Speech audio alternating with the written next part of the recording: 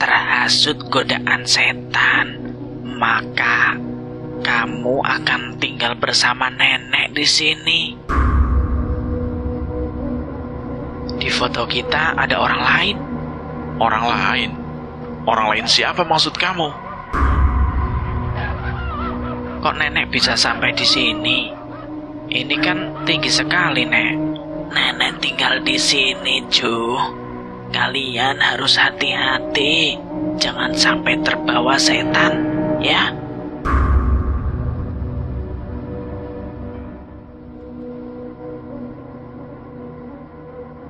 Assalamualaikum warahmatullahi wabarakatuh. Jumpa lagi di Lentera Hitam.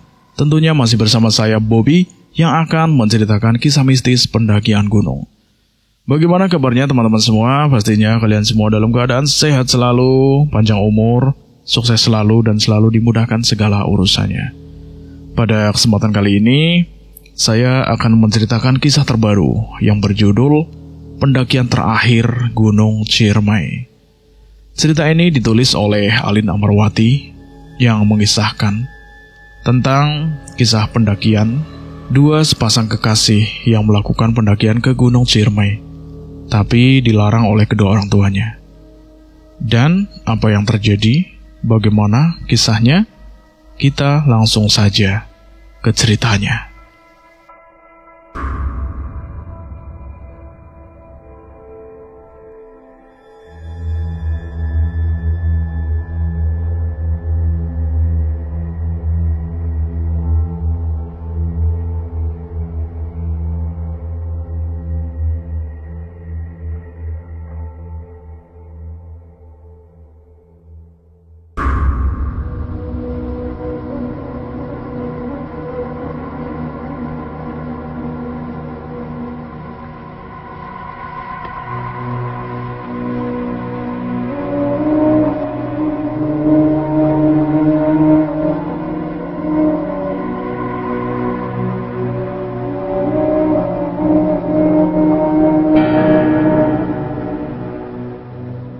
Kisah pelik ini berasal dari cerita 3 tahun silam tentang kematian tak wajar yang dialami oleh adik perempuanku satu-satunya.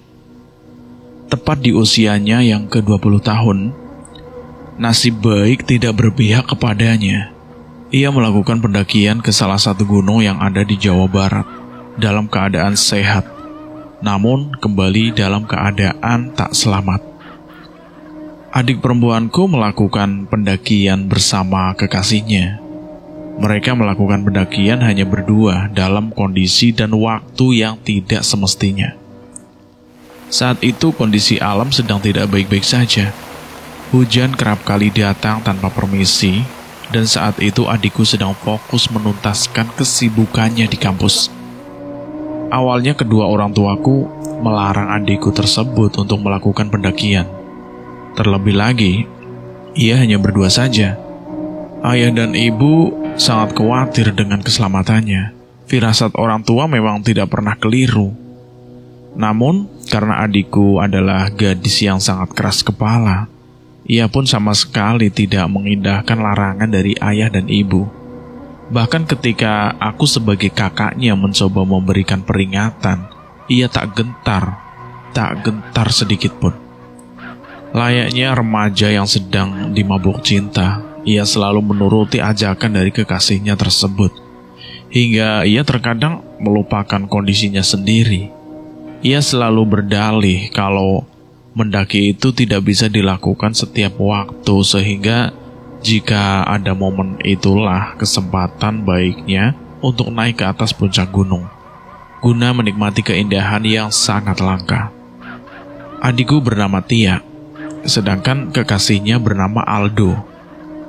Mereka menjalin hubungan sudah sangat lama, hampir 3 tahun mereka bersama.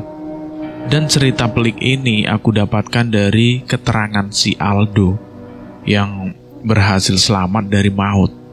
Bahkan saat Aldo berhasil lepas dari jeratan Ciremai, ia sempat mengalami depresi karena kematian adikku. Namun berkat perawatan intensif yang didapatkannya, ia pun berhasil pulih, perlahan-lahan dia pulih. Meskipun sampai detik ini, ia pun belum bisa melupakan hal-hal yang menimpanya dan juga Tia saat pendakian ke Ciremai itu. Ingin rasanya aku terus-menerus menyalahkan Aldo karena kematian adikku itu. Namun rasanya hal tersebut percuma, sebab amarah tidak akan mampu mengembalikan adikku yang sudah tenang di surga sana. Kisah ini bermula saat Aldo mengajak Tia untuk melakukan pendakian ke Ciremai. Kebetulan jarak rumah keduanya dari Ciremai itu tidak begitu jauh, sebab keduanya tinggal di Cirebon. Sehingga mereka hanya membutuhkan waktu sebentar untuk bisa sampai di base camp Apoy Majalengka. Keduanya pun memakai sepeda motor untuk bisa sampai ke base camp Apoy. Dengan membawa perlengkapan dan logistik seadanya, mereka pun memberanikan diri untuk datang. Sebab salah satu keinginan terbesar keduanya yaitu melakukan pendakian bersama dan menghabiskan waktu berdua tanpa ada gangguan dari yang lainnya. Mendaki merupakan hobi dari keduanya, baik Aldo maupun Tia, keduanya sangat gemar melakukan pendakian. Bagi mereka, ada keputusan tersendiri dari kegiatan mendaki.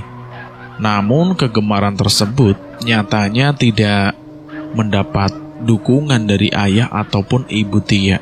Sehingga Tia kerap kali melawan kedua orang tuanya hanya karena ingin mendaki gunung. Bahkan kadang Tia baru akan pamit dengan ayah dan ibu setelah ia sampai di lokasi pendakian. Rabu nanti kan tanggal merah. Kita naik yuk. Naik kemana? Ke Ciremai lah. Wah, asik tuh. Kebetulan aku juga belum pernah ke sana. Ya udah, besok aku jemput kamu ya di rumah, dan kita akan naik bareng. Oke, siap. Kamu dapat izin gak dari ayah ibu? Itu mah gampang. Dapat atau tidak, kita akan tetap berangkat. Kamu yakin? Yakin, saya yakin-yakinnya. Aldo pun tersenyum lebar saat kekasihnya tersebut menyetujui ajakannya. Kini saatnya keduanya menyiapkan kedua perlengkapan dan juga logistik yang akan mereka bawa saat ke Ciremai. Mereka sudah tidak sabar untuk bisa naik berdua. Sebagai kakaknya, aku lebih dulu mengetahui rencana mereka melakukan pendakian sebelum kedua orang tuaku. Sebab keduanya mengunggah status yang menyiratkan kabar tentang pendakian. Aku pun sempat memberikan peringatan kepada adik perempuanku agar ia tidak melakukan pendakian, sebab cuaca sedang tidak bersahabat. Kakak tahu kalau kamu itu mau naik, tapi kalau bisa jangan sekarang-sekarang ini, sebab kondisinya sedang tidak baik. Apa sih, Kak? Lagian naik gunung kan tidak membahayakan. Semua akan baik-baik saja kok. Kamu kan tidak tahu kondisi alam akan seperti apa, Dek. Lebih baik antisipasilah. Sudahlah, Kak, jangan terlalu ikut campur. Ya udah, kalau tidak mau diberi peringatan ya izin dulu ke ayah sama ibu. Iya. Kalaupun nanti nggak diizinin, aku akan tetap berangkat. Terserah kamu. Ngeyel dibilangin. Setelahnya, Tia pun datang menghampiri ayah dan ibu yang saat itu sedang duduk santai di depan televisi. Tia kemudian meminta izin kepada ayah dan ibu bahwa besok Rabu, ia juga Aldo akan naik ke Gunung Ciremai. Seperti yang aku pikirkan, kedua orang tuaku tidak memberikan izin Tia untuk berangkat, karena memang cuacanya sedang tidak mendukung. Selain itu juga mereka khawatir dengan keselamatan Tia. Namun respon Tia bukannya menuruti perkataan ayah dan ibu. Ia malah marah dan ngambek karena tidak diizinkan. Dengan atau tanpa restu ayah ibu, Tia akan tetap naik besok. Besok siang Aldo datang buat jemput Tia. Ayah sama ibu doain aja biar Tia bisa pulang. Ayah dan ibu pun tidak mampu berkata apa-apa lagi. Mereka hanya diam. Keduanya tahu betul jika keinginan Tia ditolak ataupun tidak disetujui, ia akan tetap dengan pendiriannya tersebut, Tia memang benar-benar keras kepala. Sembari berjalan menuju kamarnya, Tia pun menggerutu sebab ayah dan ibu tidak mendukung keinginannya tersebut. Namun ia sudah berjanji kepada Aldo bahwa ia akan tetap naik meskipun tidak direstui oleh ayah dan ibu. Tia pun kemudian mengemasi semua perlengkapan pendakian yang dimilikinya. Keduanya berencana berangkat pukul 10 siang, agar zuhur mereka bisa sampai di base camp Apuy. Pendakian ke Gunung Ciremai ini bukanlah pertama kali bagi Aldo, namun pendakian ini merupakan pendakian pertama bagi Tia, karena ia belum pernah mendaki ke Gunung Ciremai sebelumnya, sehingga tak heran jika Tia sangat bersemangat dengan pendakian ini. Keesokan harinya, Aldo pun datang ke rumah Tia. Tatapan mata ayah dan ibu pun seakan menunjukkan ekspresi tidak senang dengan kedatangan Aldo. Bahkan keduanya tidak mau menjabat tangan Aldo. Karena merasa ada sesuatu hal yang berbeda, Aldo pun kemudian meminta Tia untuk bersiap-siap lebih cepat, agar ia tidak perlu berlama-lama di rumah Tia. Setelah usai, keduanya pun berangkat dengan menggunakan sepeda motor menembus perjalanan dari Cirebon menuju Majalengka. Ya, ayah sama ibu kok seperti tidak suka kita naik ke Ciremai. Sudahlah, jangan terlalu dipikirkan. Yang terpenting kan saat ini aku bersama kamu, dan kita akan mencapai puncak Ciremai bersama. Di sisi lain, ayah dan ibu sangat khawatir dengan keselamatan Tia, sebab keduanya memiliki firasat tidak enak tentang Tia. Entah akan ada hal buruk menimpanya, atau ini hanyalah perasaan semu belaka. Semoga anak kita baik-baik saja, Pak. Iya, Bu. Semoga saja. Meskipun perasaanku tidak enak, Bu. Aku pun berusaha untuk menenangkan ayah dan ibu, agar keduanya tidak terlalu larut dalam prasangka buruk. Aku terus meyakinkan ayah dan ibu bahwa Tia akan baik-baik saja. Dan aku juga terus berkata bahwa Tia hanya pergi sebentar. Lusa juga pasti dia akan pulang, sehingga ayah dan ibu tidak perlu cemas berlebihan. Tepat di pukul 10 pagi, Aldo pun datang dan menjemput Tia dengan sepeda motor miliknya. Mereka kemudian berangkat dari Cirebon menuju Majalengka dengan kecepatan standar. Mereka tidak ingin terlalu terburu-buru untuk sampai, sebab mereka tidak ingin terlalu lelah di jalan. Karena hal tersebut tentu akan membuat mereka cepat lelah sebelum pendakian nantinya. Di sepanjang perjalanan, Tia terus-menerus bercerita tentang kebahagiaannya bisa melakukan pendakian ke gunung-gunung yang ada di tanah Jawa. Bahkan saat berbincang, ia sempat menyinggung keinginannya, yaitu ia ingin akhir hidupnya bisa terus berada di gunung. Karena baginya gunung sangatlah meneduhkan. Aku punya keinginan deh, Do. Aku ingin suatu saat nanti, di hari terakhirku berada di dunia, aku ingin terus berada di gunung. Bahkan kalau bisa, jika kita berjodoh nanti, kita nikah aja yuk di gunung.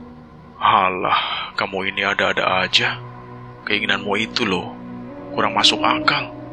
Di mana-mana, kalau orang mau meninggal, selalu ingin berada di rumah lah, bersama keluarga. Lah kamu malah ingin terus di gunung. Kesambet setan gunung loh nanti.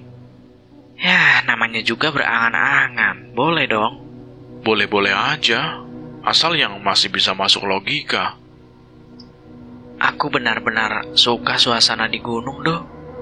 Makanya tidak heran jika keinginanku terkesan tidak masuk akal. Karena aku tahu kesukaanmu itu, makanya aku ajak kamu ke Ciremai. Terima kasih ya, Do. Tak terasa 2 jam perjalanan pun berlalu. Mereka pun akhirnya sampai di Majalengka, tepatnya di base camp pendakian via Apuy.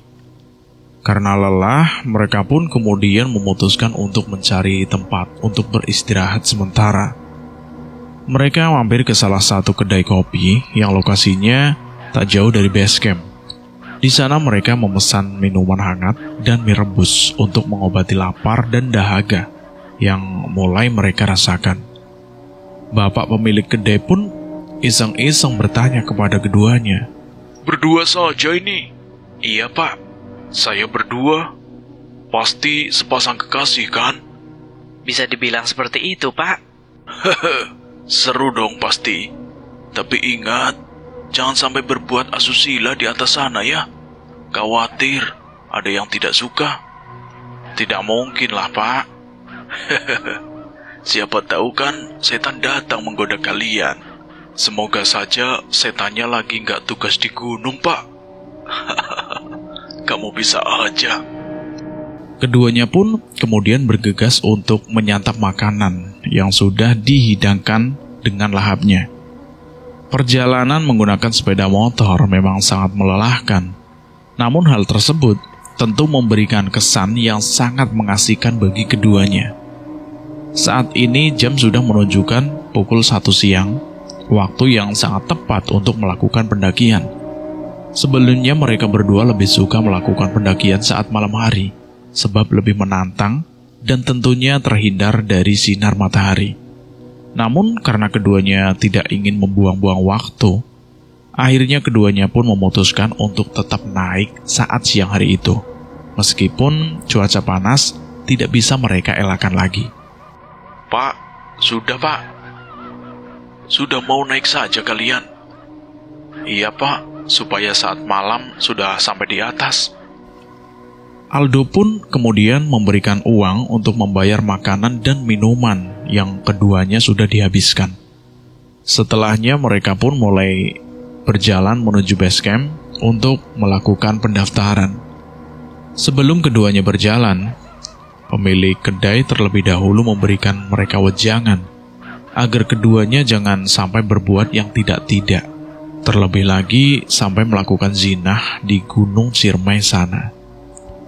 Mereka pun kemudian mendaftarkan diri ke base camp. Pihak Ciremai kemudian memberikan mereka peta pendakian yang tentunya akan memberikan kemudahan bagi Aldo dan Tia untuk sampai ke puncak Ciremai. Saat itu mereka tidak langsung membuka peta tersebut. Tia menyimpannya di saku celana, dan keduanya pun mulai berjalan langkah demi langkah. Tujuan pertama mereka adalah pos pertama Ciremai. Tia, coba buka peta pendakiannya. Aku ingin lihat. Sebentar ya.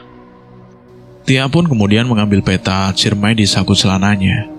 Namun saat ia ingin membukanya, ia dikagetkan dengan penambahan peta yang sudah ternodai bercak darah yang tak sedikit. Darah? Darah di mana? Di mana? Tia pun memungutnya kembali untuk memastikan apakah noda yang menempel di kertas itu benar-benar darah atau bukan.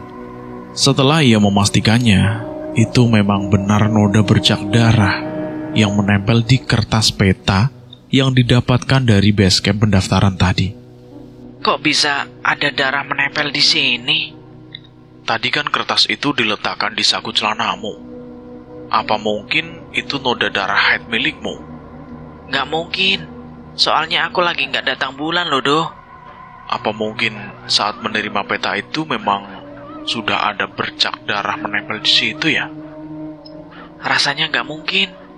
Soalnya setauku, kertas yang kita dapat itu bersih. Ya udahlah, tidak perlu dipikirkan. Buang saja kertas itu. Aku tahu jalur Ciremai kok yang benar dan cepat. Ya udah.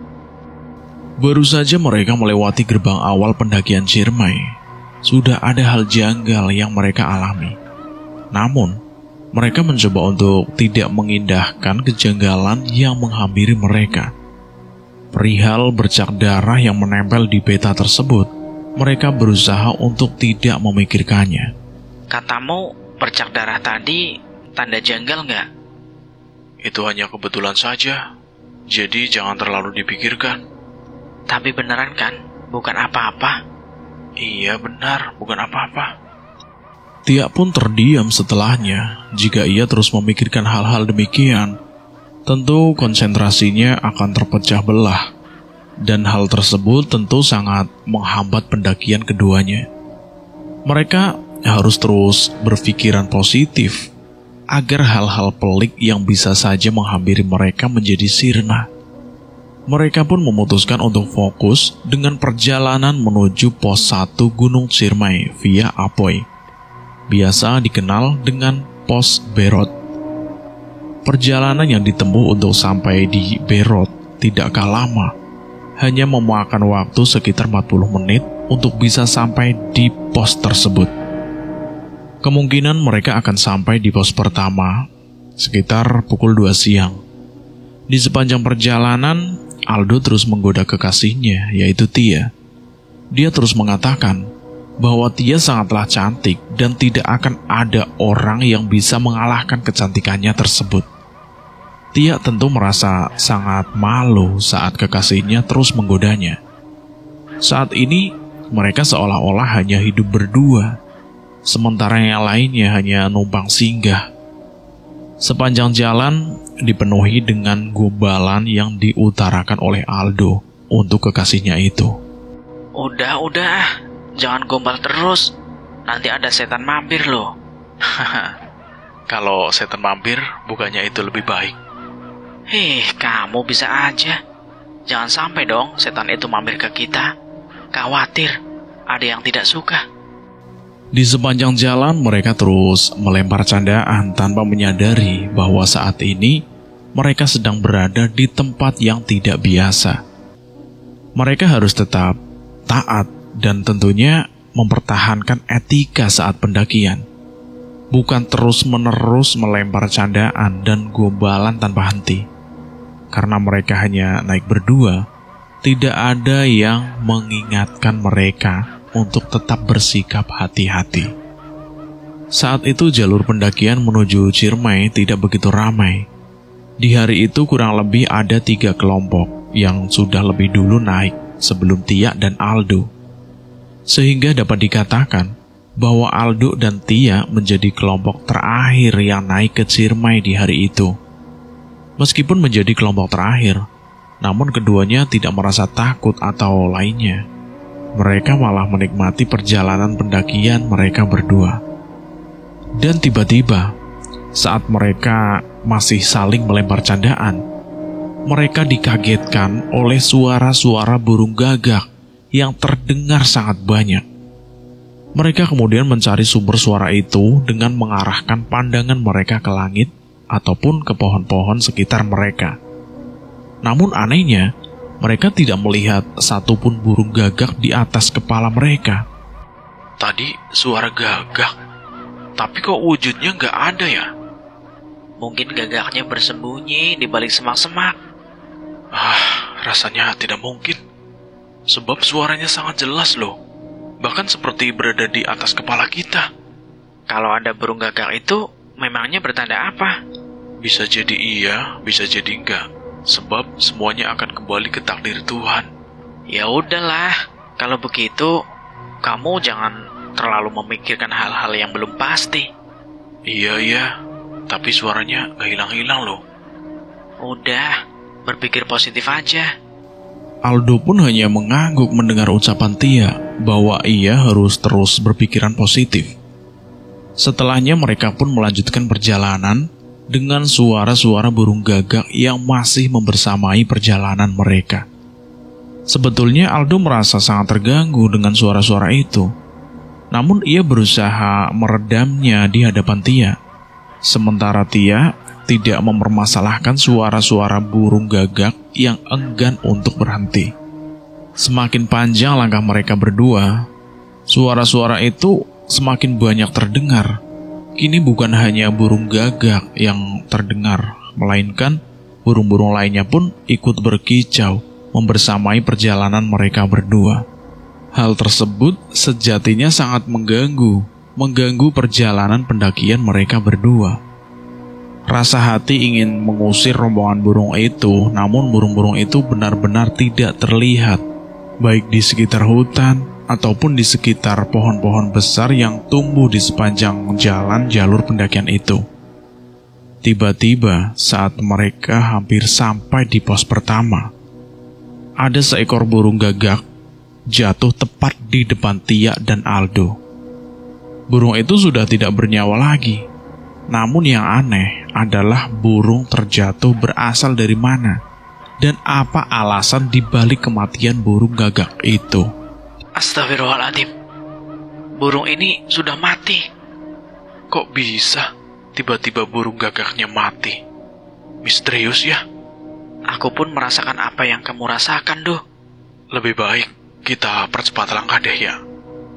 Aku mulai agak merinding nih. Ya udah, ayo cepat. Keduanya pun kemudian mempercepat langkah mereka dengan harapan agar keduanya bisa cepat sampai ke puncak. Perihal suara-suara yang tak kunjung reda, mereka berusaha untuk tidak mengindahkannya. Setelah melakukan perjalanan kurang lebih 60 menit, akhirnya keduanya pun bisa sampai di pos pertama Gunung Ciremai. Ini menjadi titik awal mereka berdua agar lebih serius lagi dalam pendakian dan tidak terus-menerus melempar candaan ataupun gombalan. Suara-suara burung hilang bersamaan dengan sampainya mereka berdua di pos 1. Mereka merasa lega sebab suara-suara itu sudah menghilang. Syukurlah, sekarang suara burung-burung itu sudah hilang. Mungkin saja itu bukan sekedar burung-burung biasa, Do. Aldo pun hanya terdiam. Dia tidak ingin berpikiran buruk, sebab mereka baru saja sampai di pos 1. Jika ada hal buruk karena itu, tentu hal tersebut akan menghambat perjalanan pendakian keduanya. Keduanya pun memutuskan untuk beristirahat sejenak di pos 1 untuk sekedar melepas dahaga, karena lelah saat perjalanan menuju pos 1 ini. Terlebih lagi, Tia yang memang belum banyak mengetahui jalur-jalur yang ada di Gunung Ciremai, yang merupakan atapnya Jawa Barat. Kalau tadi suara burung itu masih mengejar kita, tentu kita akan bernasib kurang baik. Kok bisa bernasib kurang baik? Gimana ceritanya? Burung gagak itu pertanda kurang baik, sehingga jika kita mendengar suaranya atau berpapasan wujud langsung dengannya, maka hal buruk bisa saja mampir ke hidup kita. Oh alah, gitu. Aku kira tidak ada makna yang tersirat di dalamnya. Keduanya pun melanjutkan istirahat dan meminum habis air mineral yang mereka bawa. Setelah selesai, mereka pun kemudian melanjutkan perjalanan menuju pos selanjutnya, yaitu pos 2, pos Arban. Perjalanan dari pos 1 menuju pos Arban tidak begitu jauh. Kurang lebih memakan waktu sekitar 35 menit. Waktu yang sangat-sangat cepat. Semoga saat perjalanan ke pos selanjutnya tidak ada hal yang seperti sebelumnya. Tenang saja, Do. Kita jangan terlalu dimasukkan ke dalam pikiran. Yang sudah lewat, biarkan saja lewat dengan sendirinya. Iya, semoga semua baik-baik saja. Setelahnya mereka berdua pun mulai berjalan menuju tempat yang benar-benar mereka tuju. Selang beberapa menit kemudian, suasana pendakian pun mencair dengan sendirinya. Aldo sudah mulai menggoda-goda Tia lagi. Keduanya pun terus-menerus melempar perhatian satu sama lainnya. Saat sedang dalam perjalanan, Tia pun mendadak ingin buang air kecil. Ia pun meminta Aldo untuk menemaninya buang air kecil di balik pohon besar di sepanjang jalur pendakian itu.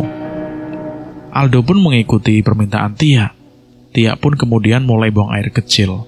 Namun, satu hal yang luput dari pemandangannya, yaitu ketika air kencing Tia langsung mengenai tanah tanpa adanya penghambat. Tentu hal tersebut tidak diperkenankan terjadi saat dalam perjalanan pendakian. Menurut penuturan banyak orang, hal tersebut akan menimbulkan hal yang tidak diinginkan. Sementara Aldo baru mengetahui bahwa kekasihnya tersebut ternyata melakukan hal yang sangat keliru. Usut punya usut, sejak dulu memang para pendaki tidak diperkenankan buang air kecil sembarangan. Namun, Tia malah melakukan kesalahan tersebut. Tia baru mengingatkannya setelah selesai buang air kecil, dan hal tersebut seketika membuatnya merinding. Sepertinya aku ngelakuin kesalahan. Kesalahan apa? Aku buang hajat sembarangan, bahkan sampai mengenai tanah secara langsung tanpa penghalang. Sungguh? Beneran, Dok? Apa semua itu tidak menjadi masalah? Aku tidak bisa menjamin semua akan baik-baik saja. Tia pun hanya terdiam saat mengetahui bahwa semuanya tidak baik-baik saja. Terlebih lagi, apa yang sudah ia lakukan tentu akan mendatangkan hal buruk yang bisa saja datang dan menghampiri Tia ataupun Aldo. Tia merasakan keresahan yang tidak biasa. Ia terus-menerus berjalan tanpa arah. Sepertinya ia terus memikirkan perbuatannya, membuang air kecil sembarangan tanpa permisi ataupun tanpa melihat situasi. Ia terus-menerus berpikiran bahwa semuanya tidak akan baik-baik saja. Terlebih lagi belum sampai di tempatnya saat ini berpijak. Ia mengalami hal janggal, yaitu bercak darah di peta pendakian dan suara-suara burung gagak tak terwujud yang terus-menerus mengganggu proses pendakian keduanya. Tentu hal tersebut membuat keduanya merasakan kecemasan yang berlebihan. Tia pun berpikir untuk menyudahi pendakiannya tersebut sebelum semuanya terlambat. Sebab perasaan Tia berkata bahwa jika mereka terus melanjutkan pendakian ini, akan banyak kejanggalan lain yang bisa saja menghampiri mereka tanpa permisi, atau bahkan bisa saja membahayakan keselamatan diri Tia ataupun Aldo. Tia pun kemudian mengutarakan keinginannya untuk menyudahi pendakian ini kepada Aldo. Tia berpikir bahwa Aldo pasti akan menyetujuinya. Namun pada faktanya, semua di luar kendali Tia. Aldo tidak setuju dengan keinginan Tia menyudahi pendakian ini. Kita turun aja yuk. Aku takut sesuatu hal yang buruk bisa terjadi kepada kita. Turun? Kamu yakin? Aku yakin, Dok. Aku khawatir semuanya akan bertambah buruk. Sejujurnya, aku tidak ingin menyudahi pendakian ini, Tia. Terlebih lagi, kita sudah sejauh ini. Lebih baik kita lanjutkan saja sampai puncak. Pokoknya semampu kita lah. Baru setelahnya kita bergegas untuk kembali pulang. Tapi, kalau terjadi hal buruk kepada kita gimana, Dok? Jangan membicarakan sesuatu hal yang tidak pasti. Terlebih lagi, itu baru pengandaian saja kan? Jadi sangat mustahil lah terjadi. Tapi, Dok, perasaanku nggak enak. Sudahlah, Tia. Di sini kan ada aku. Aku janji akan menjagamu sebaik mungkin. Membuat pendakian ini menjadi nyaman dan aman pokoknya. Kamu percaya kan padaku? Iya, aku sangat percaya padamu, Dok. Ya udah, kita lanjutkan saja pendakian ini sampai kita berdua bisa menggapai puncak Ciremai. Tia pun tidak berkutik lagi. Ia pun kemudian menuruti ucapan Aldo untuk melanjutkan pendakian ini, meskipun perasaannya sedikit tidak tenang. Namun karena Aldo menjamin bahwa semuanya akan baik-baik saja, Tia pun percaya kepada kekasihnya tersebut. Mereka kemudian melanjutkan perjalanan menuju pos selanjutnya dan mencoba melupakan kejanggalan-kejanggalan yang sejak awal mereka alami. Mereka berusaha untuk tetap enjoy menikmati pemandangan di sepanjang jalur pendakian. Setelah ini, jam sudah menunjukkan pukul 3 sore. Itu artinya mereka harus segera sampai di hamparan Ciremai, tempat para pendaki membangun tenda sebelum melakukan summit di puncak Ciremai. Di sepanjang jalan ini, keduanya tak lagi saling melempar candaan ataupun saling bercakap satu sama lain. Ketegangan masih sangat kental terasa di antara keduanya akibat beberapa kejanggalan yang tidak mudah untuk dilupakan keduanya begitu saja. Berapa lama lagi kita bisa sampai di atas? Kurang lebih sekitar 6 jam lagi ya. Berarti kita bisa sampai di puncak malam dong? Betul. kemungkinan kita akan sampai di puncak sekitar jam 8 atau jam 9 malam lah. Malam banget. Kan kita naik juga udah lumayan siang ya. Ya udah, cepat. Memangnya kenapa? Bukan apa-apa, Dok. Hanya ingin memastikan aja. Setelahnya, mereka pun kembali melanjutkan perjalanan tanpa adanya beban. Keduanya cukup menikmati pendakian menuju pos 2. Di sisi lain, Aldo terus berusaha meyakinkan Tia bahwa semuanya akan tetap baik-baik saja. Jadi, tidak perlu ada yang dikhawatirkan lagi. Setelah menempuh perjalanan kurang lebih 35 menit, akhirnya mereka berdua pun sampai di pos 2, yaitu pos Arban. Keduanya memutuskan untuk kembali beristirahat untuk melepaskan dahaga yang tidak mampu lagi mereka tahan. Semuanya baik-baik saja bukan? Buktinya kita sampai di pos Arban. Iya, Dok. Aku harap keadaan yang baik ini terus membersamai perjalanan kita berdua menuju puncak Ciremai. Meskipun semuanya baik-baik saja, namun hati kecil Tia merasakan hal yang tidak semestinya. Namun ia terus berusaha untuk menepisnya. Wajah Tia nampak begitu lelah. Ia pun kemudian meminta Aldo untuk beristirahat lebih lama di pos 2 ini, sebelum mereka melanjutkan perjalanan menuju pos selanjutnya, yaitu pos 3. Dok, aku lelah banget. Jangan ngeluh. Lah, emangnya kenapa? Konon katanya, kita tidak boleh mengeluh saat pendakian menuju Ciremai. Karena keluhan kita sudah pasti akan dilanggar oleh makhluk asli penghuni Ciremai ini. Mengapa banyak sekali pantangan yang tidak boleh atau dilarang? Aku sendiri pun tidak tahu ya. Yang terpenting kita sebagai tamu ikuti saja semua peraturan yang disyaratkan di tempat ini. Ya udah. Tia sedikit kesal karena selalu saja banyak pantangan yang tidak boleh dilanggarnya. Sementara bagi Tia, sesuatu yang tidak boleh dilanggar saat pendakian Ciremai ini adalah sesuatu sederhana yang sebetulnya tidak perlu diperdebatkan. Namun, karena kekasihnya berkata demikian, ia hanya bisa menuruti saja. Perjalanan menuju pos 3, yaitu pos Tegal Masawa, ditempuh kurang lebih 60 menit jika keduanya tidak banyak melakukan istirahat saat pendakian. Saat ini, jam sudah menunjukkan pukul 3 sore. Itu artinya, mereka akan sampai di pos Tegal Masawa sekitar pukul 4 sore. Hal yang luput dari keduanya yaitu mereka selalu melewatkan waktu sholat mereka, baik saat duhur ataupun asar.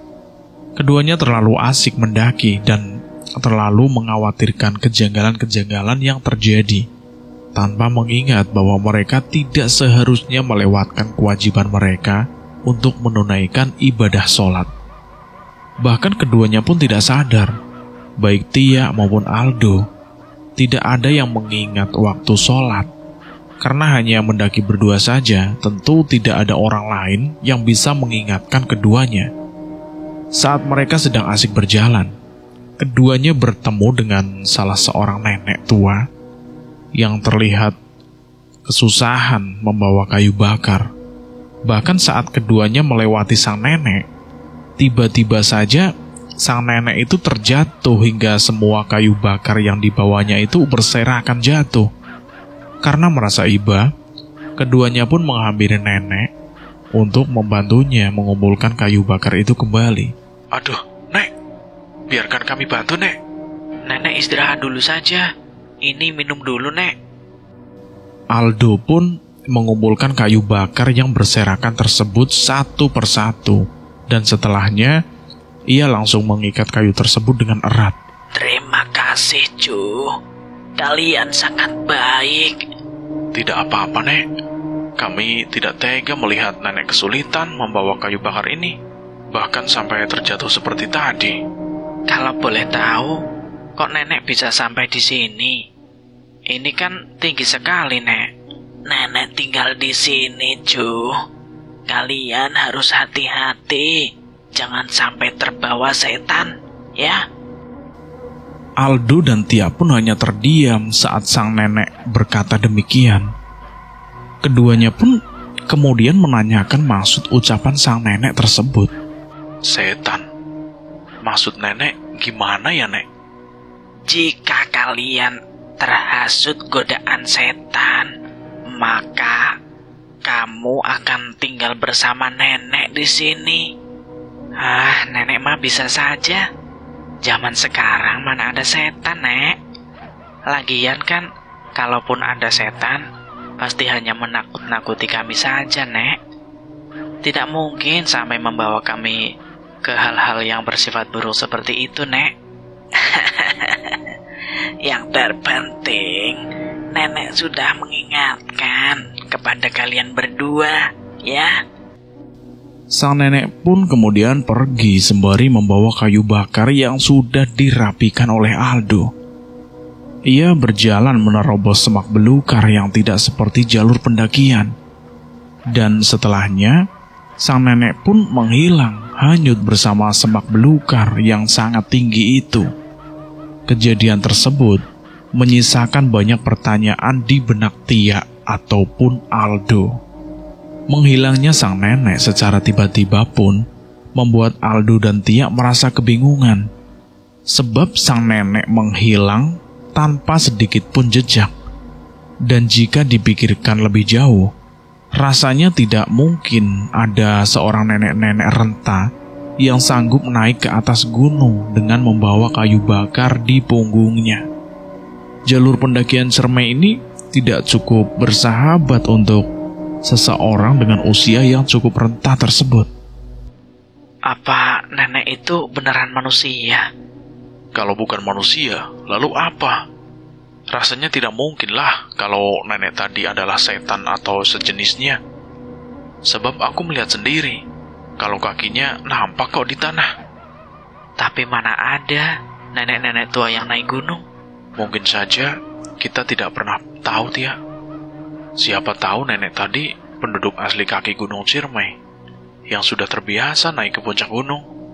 Iya juga sih. Tapi kamu ingat tidak pesan nenek itu?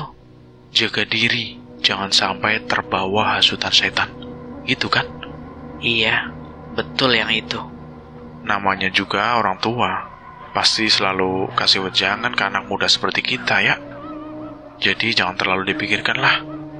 Tapi beneran bukan apa-apa. Sudah, tenang saja. Kan ada aku.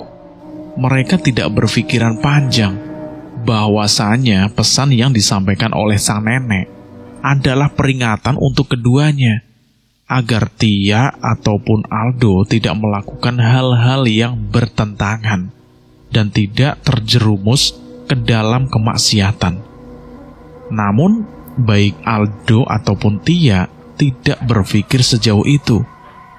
Mereka kemudian memilih untuk melanjutkan perjalanan menuju Tegal Marawa dan tidak lagi memikirkan tentang sosok nenek yang mereka jumpai tadi. Keduanya pun semakin asik dan mulai menikmati pendakian mereka. Bahkan sesekali sepasang kekasih itu bermesraan tanpa tahu tempat, seperti saling merangkul ataupun saling mencium satu sama lain.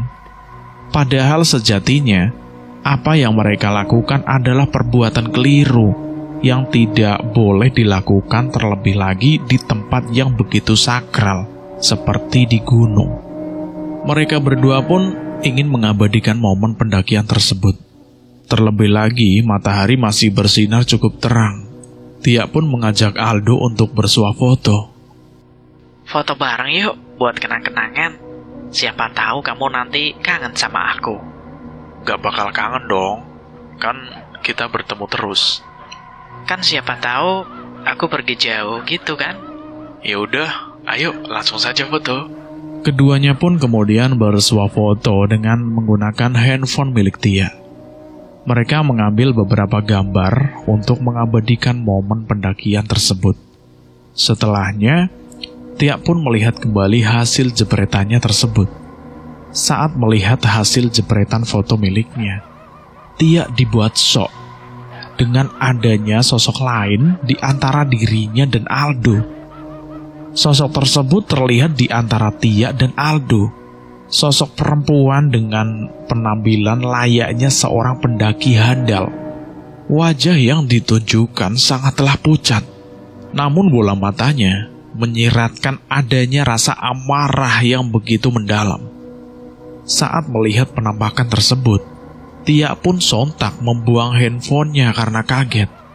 Ia merasa bahwa saat dia mengambil foto tidak ada orang lain selain dirinya dan Aldo. Ia pun kemudian menunjukkan hasil fotonya tersebut kepada Aldo. Dok, di foto kita ada orang lain. Orang lain? Orang lain siapa maksud kamu? Aku sendiri juga nggak tahu, Dok. Aldo pun kemudian melihat foto yang ada di handphone Tia. Ia pun sama soknya dengan Tia saat melihat sosok perempuan berwajah marah dengan pakaian pendaki yang melekat di tubuhnya. Ia kemudian melihat sekeliling untuk memastikan apakah benar ada sosok seperti itu di sekitar mereka. Namun anehnya, tidak ada siapapun selain mereka berdua di jalur tersebut. Meskipun sangat jelas terlihat bahwa sosok itu benar-benar ada di dalam foto yang mereka abadikan. Seketika saja mereka gemeteran. Lagi dan lagi Tia pun mengajak Aldo untuk turun karena takut. Penampakan yang ada di foto tersebut membuat Tia merasa takut untuk melanjutkan pendakian hingga ke puncak Ciremai. Ia khawatir akan terjadi hal buruk kepadanya. Dok, kita turun aja yuk. Loh, kenapa? Khawatir sosok yang ada di foto itu membuat kita celaka loh, Dok. Gak akan. Kamu harus bisa berpikir tenang dong. Tapi, Dok, udah, kita lanjut aja, Tia. Udah tanggung loh, kita udah di atas. Tapi semuanya akan baik-baik saja kan? Baik, tenang saja.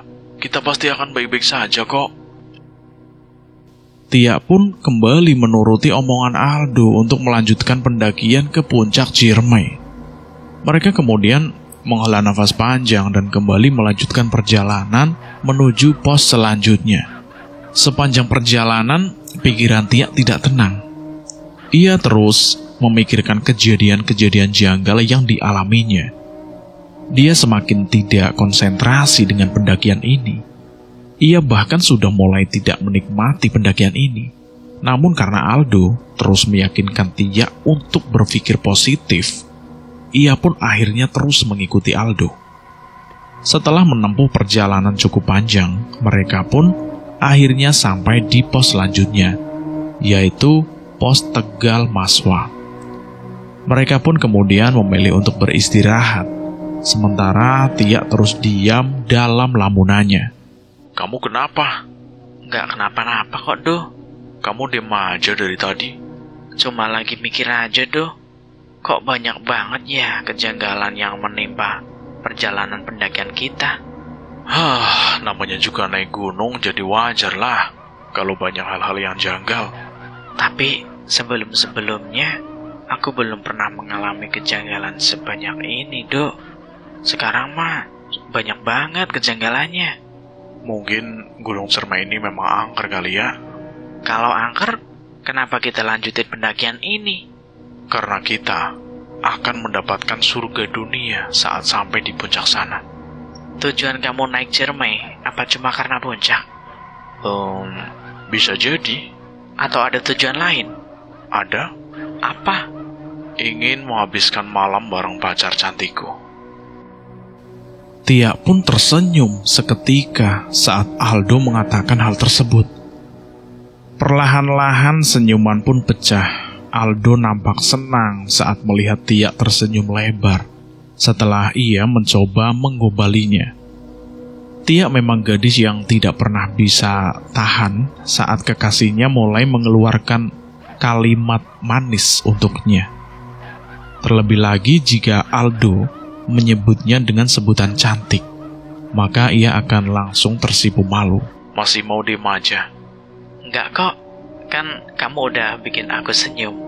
Nah, gitu dong. Setelah ini, kita jangan sering-sering rehat ya. Lebih baik kita naik terus ke atas sembari mencari tanah landai untuk kita ngecamp. Gimana? Boleh. Mau bangun 1 tenda atau 2? Baiknya gimana? Baiknya 1, kan pasti dingin. Kalau kita 1 tenda kan jadi hangat.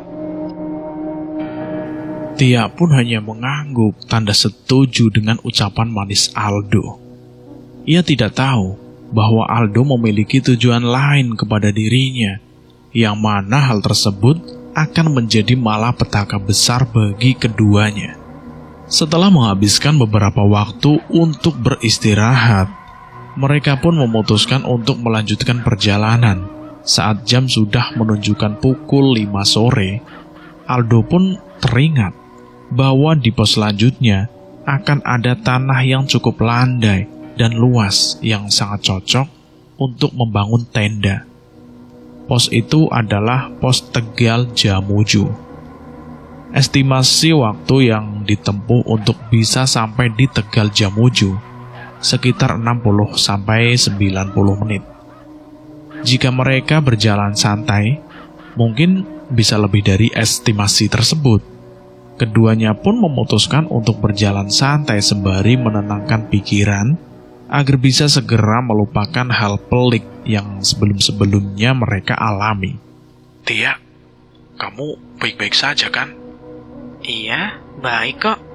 Perlahan namun pasti aku sudah mulai bisa melupakan hal pelik yang sedari tadi kita alami. Aku tidak ingin terlalu larut ke dalam hal-hal yang tidak masuk akal itu. Baguslah jika kamu bisa berpikiran seperti itu. Aku jadi lega. Aku janji saat ngecamp nanti, apapun permintaanmu akan aku penuhi. Beneran seperti itu? Iya, bener. Aku serius. Tia pun nampak kegirangan setelahnya. Ia sudah tidak sabar ingin meminta sesuatu kepada Aldo. Sebab ia berjanji akan memenuhi semua keinginannya. Kali ini perjalanan mereka sangatlah lancar. Tidak ada gangguan makhluk halus yang menghampiri mereka. Tidak ada suara-suara aneh ataupun orang-orang aneh yang datang. Semuanya aman dan terkendali. Aldo pun mulai memikirkan niat buruknya kepada sang kekasih. Sedari awal ia selalu berpikir tentang bagaimana menggauli Tia.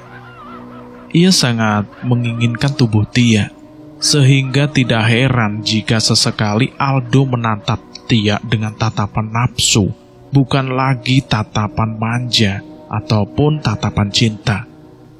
Namun, Aldo memiliki hasrat berlebih kepada kekasihnya tersebut. Namun ia sebisa mungkin berusaha untuk menutupi keinginannya. Ia tidak ingin niat buruknya diketahui oleh orang lain. Tia benar-benar membuat hasratku tak mampu aku tahan, kata si Aldo dalam hatinya seperti itu.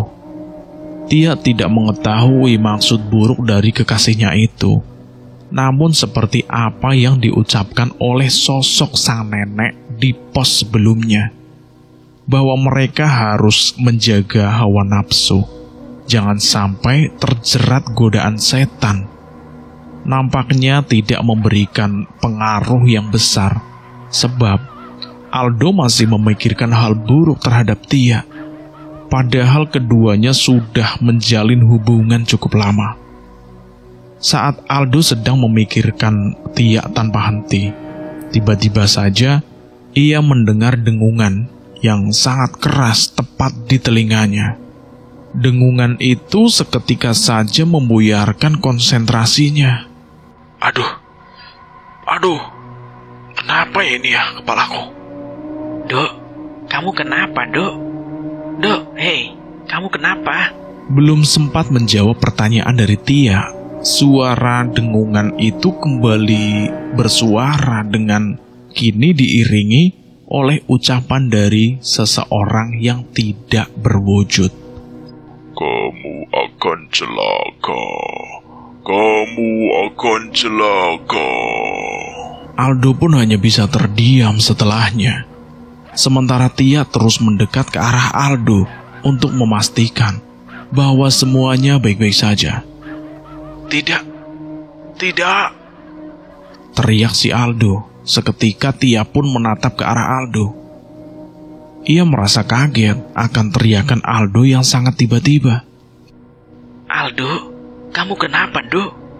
Dok, hei, kamu kenapa? Aldo pun berusaha untuk mengendalikan rasa panik dan takut yang ia rasakan. Ia tidak langsung menjawab pertanyaan Tia. Ia terus mencari air mineral untuk menenangkan dirinya sendiri. Setelahnya ia pun menegak air mineral tersebut tanpa adanya jeda. Kamu oke, Dok? Aldo hanya bisa mengangguk saat menjawab pertanyaan Tia. Ia pun masih berusaha untuk bersikap tenang. Ia berpikir bahwa ia tidak boleh menunjukkan ekspresi yang bisa membuat Tia penasaran, hingga ia akan bertanya hal-hal konyol lagi kepadanya. Setelahnya Aldo pun masih belum bisa berbicara apapun tentang dengungan dan bisikan dari seseorang yang penuh dengan tanda tanya. Sebab kalimat yang didengar olehnya berisi kalimat yang tidak semestinya didengar olehnya. Aldo pun berusaha untuk menepis kekhawatirannya tersebut. Ia berusaha keras untuk mengendalikan dirinya dan perlahan-lahan mencoba untuk melupakan dengungan yang menghampirinya itu. Bahkan niat buruknya kepada Tia pun ia tepis untuk sementara waktu, karena rasa takutnya sangat besar. Ia pun kemudian mengajak Tia untuk mempercepat langkah sampai semuanya benar-benar aman. Tia, kita harus jalan lebih cepat lagi. Memangnya kenapa, Dok? Kita harus segera beranjak dari tempat ini. Sepertinya tempat ini berbahaya. Bukankah semua tempat di jalur pendakian Ciremai ini memang berbahaya? Sudah, kamu jangan terlalu banyak tanya. Tapi, Dok, sudah, kita percepat saja langkah kita.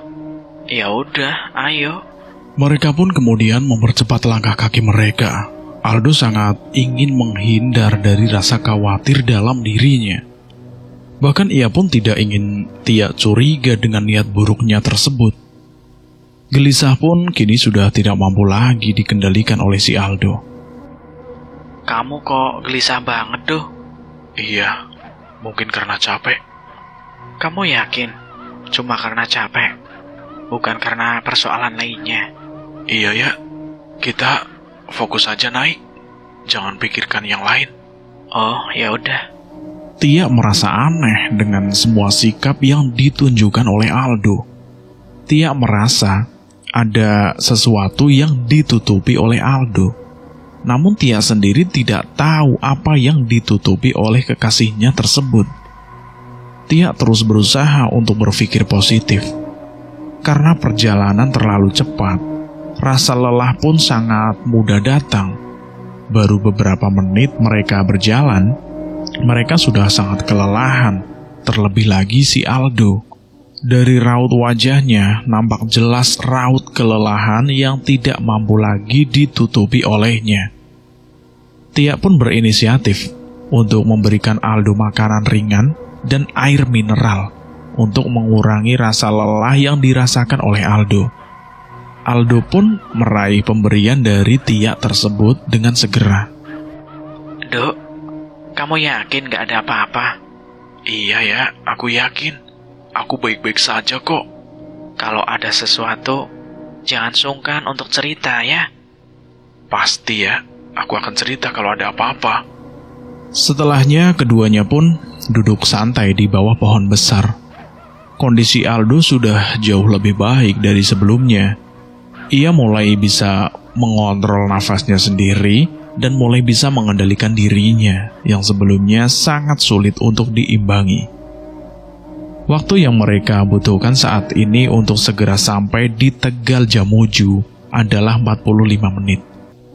Dan saat ini matahari sudah tenggelam di tempat asalnya. Itu artinya mereka akan sampai di Tegal Jamuju di malam hari. Saat mereka sedang berjalan, tiba-tiba mereka mendengar suara adzan maghrib yang terdengar begitu lantang. Padahal mereka saat ini sedang berada di ketinggian. Jika dipikirkan dengan logika, maka mustahil jika suara adzan bisa terdengar jelas hingga ke atas. Tia, kamu dengar suara adzan? Dengar? Dan suara itu benar-benar jelas, Dok. Apa mungkin suara adzan bisa selentang itu ya, jika terdengar dari atas sini? Rasanya tidak mungkin, Dok. Sebab kita berada di ketinggian loh. Tapi suara itu benar-benar jelas ya. Atau mungkin ada desa di atas Gunung Ciremai ini? Setauku sih tidak ada. Di Gunung Ciremai ini hanya ada masjid yang lokasinya pun masih di daerah sekitar kaki Gunung Ciremai lah, bukan di atas sini. Keduanya pun nampak saling menatap satu sama lain. Keduanya merasa bingung, sebab suara adzan tersebut benar-benar janggal dan tidak biasa. Keduanya pun tenggelam dalam kebingungan. Akhirnya mereka pun melanjutkan perjalanan tanpa henti, meskipun suara adzan tak kunjung berhenti. Suara tersebut saling sahut-sahutan, berhenti satu, lalu terdengar suara lain. Mereka berpikir bahwa itu merupakan suara adzan maghrib, mengingat saat itu jam sudah menunjukkan pukul 6 sore. Meski demikian, tidak pernah terlintas sedikit pun di benak mereka untuk menunaikan sholat maghrib terlebih dahulu. Keduanya memilih untuk tetap melanjutkan pendakian tanpa memikirkan Tuhan mereka. Namun seiring berjalannya waktu, mereka nampak kebingungan, sebab suara adzan tersebut tak kunjung berhenti hingga mereka hampir sampai di pos selanjutnya. Ya, kamu merasa aneh nggak? Aneh kenapa lagi, sayang? Kenapa suara adzan itu nggak berhenti-henti ya? Bukankah waktu maghrib hanya sebentar? Mungkin saja suara adzan itu nyambung dari maghrib hingga isya. Masa gitu sih? Udah, kita jangan pikirkan hal-hal yang di luar kendali kita. Tapi tetap saja ya, semuanya terasa aneh. Kata kamu, kita harus selalu percaya bahwa semuanya akan baik-baik saja kok. Tapi kok sekarang kamu yang kayak nggak tenang gitu? Aldo pun menghela nafas panjangnya, tanda dia sendiri mulai teringat dengan kalimat yang selalu diucapkannya untuk tetap tenang dalam situasi apapun. Tak lama kemudian mereka pun sampai di pos yang mereka tuju, yaitu pos Tegal Jamuju. Mereka pun beristirahat terlebih dahulu sebelum membangun tenda di pos tersebut. Di pos tersebut semuanya terasa lenggang, tidak ada satupun pendaki lain yang membangun tenda di pos tersebut. Hanya ada beberapa pendaki lain yang nampak beristirahat tanpa membangun tenda di sana. Meski demikian, Aldo dan yang lainnya tidak saling sapa satu sama lain. Rasa lelah membuat mereka saling terdiam diri. Kita mau ngecamp di sini ya, Do? Iya, tapi kita rehat dulu ya. Capek banget gua. Iya, istirahat dulu sana. Keduanya pun beristirahat di pos Tegal Jamuju. Mereka mengambil mineral dan mulai meminumnya. Sampai detik itu suara adzan tak kunjung berhenti. Aldo pun mencoba melihat jam di tangannya. Saat itu jam sudah menunjukkan pukul 7 lewat. Rasanya tidak mungkin jika suara adzan terus berkumandang tanpa henti. Hal tersebut pun membuat Aldo merasa aneh. Ia pun kemudian berinisiatif untuk menghampiri pendaki lain yang sebelumnya tidak ia sapa. Permisi bang, kalian apakah dengar suara adzan? Enggak kok bang, dari tadi sunyi-sunyi saja di sini. Masa sih bang? Sebelumnya juga nggak dengar suara adzan? Enggak bang, lagian kan kita di atas, di dalam hutan pula. Rasanya tidak mungkin lah suara adzan bisa sampai di sini. Iya sih. Memangnya kenapa bang? Sedari tadi saya dengar suara adzan bang. Bahkan sampai sekarang belum reda suara itu. Dari saat masih di jalur pendakian hingga sampai di pos ini, suaranya masih terdengar terus, Bang. Waduh, hati-hati, Bang. Memangnya kenapa ya? Mungkin saja itu adalah peringatan, Bang. Peringatan? Peringatan apa maksud Abang? Peringatan lah, Bang, agar Abang lebih bersikap hati-hati lagi dan tidak melakukan tindakan buruk selama pendakian ini, Bang. Aldo pun hanya terdiam saat para pendaki tersebut memberikan peringatan kepadanya tentang suara adzan yang terus-menerus didengar olehnya. Apakah benar itu adalah suara peringatan dan bukan hanya kebetulan semata? Tapi Aldo mencoba untuk tidak langsung percaya dengan ucapan para pendaki tersebut. Ia pun kemudian memilih untuk kembali ke Tia dan tidak melanjutkan perbincangan kepada pendaki lain tersebut. Ya udah kalau begitu, Bang. Terima kasih untuk wejangannya. Iya, pokoknya hati-hati saja ya, Bang. Iya, Bang, siap. Aldo pun kembali ke Tia. Ia pun kemudian memberitahukan semua hal yang diucapkan para pendaki lain tersebut kepada Tia. Tia pun nampak syok saat mendengarnya. Kata mereka, kita harus hati-hati. Suara adzan. Iya, bisa jadi itu adalah sebuah peringatan dari Tuhan. Peringatan apa? Memangnya kita berbuat salah? Enggak, mereka hanya bilang kalau kita harus tetap hati-hati dan jangan berbuat buruk di sini. Ya udah, kita kan memang nggak ada niat buruk di sini. Iya, udahlah, kita jangan pikirkan hal itu.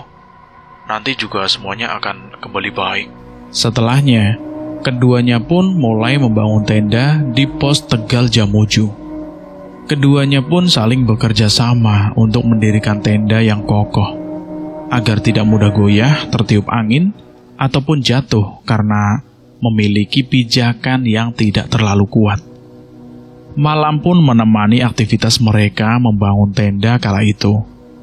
Saat mereka membangun tenda, para pendaki lain yang sedari tadi beristirahat pun memilih untuk melanjutkan pendakian ke atas. Mereka tak lupa untuk menyapa Aldo dan Tia. Bang, kita jalan dulu ya. Siap, Bang. Have fun. Kini, di pos Tegal Jamuju hanya ada Tia dan Aldo, tanpa pendaki lainnya. Hari itu memang bukan weekend, sehingga hanya sedikit saja pendaki yang melakukan pendakian ke Ciremai. Sepi banget ya. Bagus dong. Jadi kita bisa punya banyak waktu berduaan. Bukannya sepi nggak enak? Enak dong. Udah, fokus aja ke tenda. Jangan menggoda terus, nanti nggak fokus. Iya, cantik, iya. Keduanya pun terus melanjutkan untuk membangun tenda. Setelah bersusah payah, tenda pun selesai mereka bangun. Keduanya pun langsung duduk santai di teras tenda. Mereka kemudian berinisiatif untuk membuat minuman hangat dan mie instan untuk mengobati rasa dingin yang mereka rasakan. Mereka kemudian hanyut dalam malam yang sangat meneduhkan bersama secangkir kopi hangat dan mie instan yang benar-benar mampu menghangatkan tubuh mereka. Malam itu sangat sedikit bintang bertebaran di langit, bahkan bulan pun malu-malu untuk menatap. Meski demikian, keduanya masih hanyut dalam balutan malam. Saat ini jam sudah menunjukkan pukul 10 malam. Tak terasa waktu berjalan dengan begitu cepat. Sayang, kamu cantik banget malam ini. Hah, kamu bisa aja. Tapi beneran, cantik loh. Aku gak bohong. Kamu juga ganteng kok. Setelah saling merayu satu sama lain, keduanya pun hanyut dalam buayan. Aldo pun melancarkan keinginannya untuk menggauli Tia. Sementara Tia dengan mudahnya terbuai dengan rayuan Aldo, tanpa adanya penolakan. Keduanya pun melakukan hal yang tidak semestinya dilakukan. Kondisi pos saat itu sangat sepi, hingga keduanya pun tanpa malu melakukan tindakan yang tidak semestinya. Tia seakan-akan tidak sadar bahwa dirinya sedang digauli oleh kekasihnya sendiri.